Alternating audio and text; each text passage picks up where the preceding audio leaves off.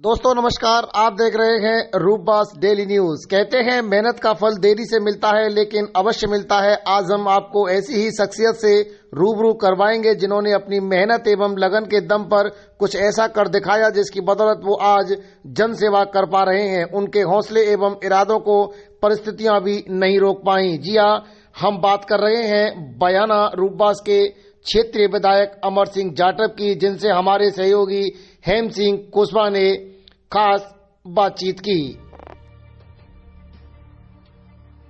मैं हूं आपके साथ हेम सिंह कुशवाहा। आज बयाना विधानसभा विधायक अमर सिंह जाटव जी हमको ऐसी जगह पर लेकर आए हैं जहां उनका द्वितीय निवास था। पहला निवास स्थान तो मैंने आपको दिखा दिया, वहां पर जो पहाड़ी की तलहटी में था, लेकिन यहां पर इनकी एक पार्ट और है। और जो पक्का मकान था अभी तो ये खंडर रूप में है। यहाँ पर उनका किस तरह का जो निवास रहता था वो चर्चा हम जाटव जी से करेंगे। सर बताएं, यहाँ पर आपका निवास था वो किस तरह का रहता था, आपकी यहाँ किस तरह प्रतिक्रिया रहती थी और आप उस टाइम कौन सी क्लास में पढ़ते थे, वो जरा बताएं हमारे दर्शकों। देखो ऐसा है कि मैं अभी पहाड़ी की तलहटी में गया था। हाँ, वहाँ तो मेरा जन्म हुआ था और वहाँ से मैंने अपने गांव के विद्यालय में एडमिशन कराया मेरे माता पिताओं ने।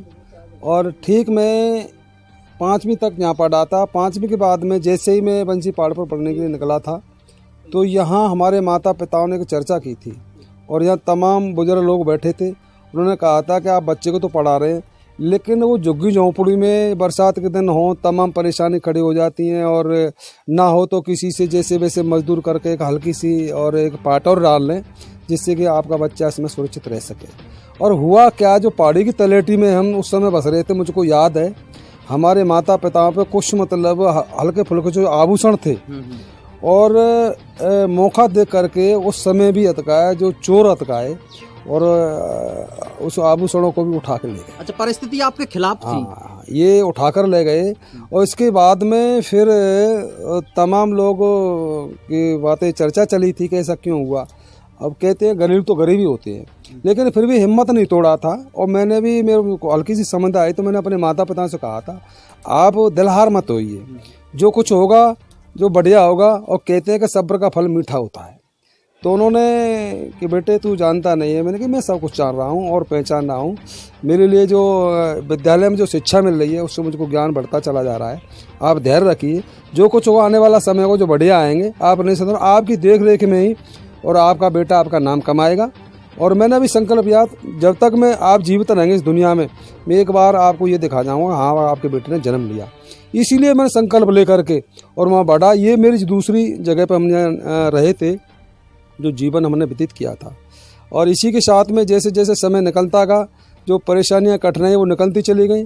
और धीरे धीरे मैं ज़्यादा नहीं कह सकता हूँ, लेकिन मैंने अपने माँ बाप के नाम और इस ज़्यादा तो नहीं कह सकता हूँ, लेकिन इतना नाम किया कि उनका दिल गदगद हो गया और जहाँ से आए वहाँ वो चले गए। सर वो तो आपके माता पिता तो इस दुनिया में नहीं है, लेकिन जहाँ है वो वहाँ से आपको देख रहे हैं, उनके लिए आप किस तरह नमन करना चाहेंगे? तो कैसा है, जो ऊपर वाला है वो तो सबका है और सबका भला करता है, लेकिन खुद आदमी अपने कर्मों से ही और अपने अपने जैसे कर्म करता है वैसे उसको दिशा मिलती है और उस दुनिया से चला जाता है।